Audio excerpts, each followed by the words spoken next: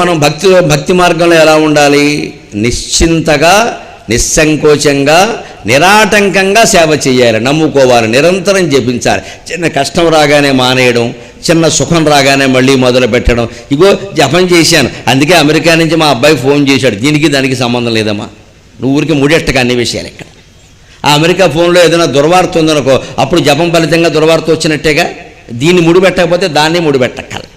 కొత్త కోళ్ళు ఇంట్లో అడుగుపెట్టినప్పుడు సాధారణంగా ఏమంటారంటే, కోళ్ళు అడుగుపెట్టిన తర్వాత ఈ కోళ్ళే ఉంటుందన్నమాట. నేను అడుగుపెట్టాకే అంటారు ఇంట్లో పెద్దవాళ్ళు, పాపం నువ్వు అడుగుపెట్టావమ్మా, అబ్బాయికి ఉద్యోగంలో ప్రమోషన్ వచ్చిందంటే తెలివైన కోళ్ళు ఏమనాలి అంటే, అత్తగారు నా వల్ల వస్తుందండి, మీ వల్ల వస్తుంది కానీ అనాలి.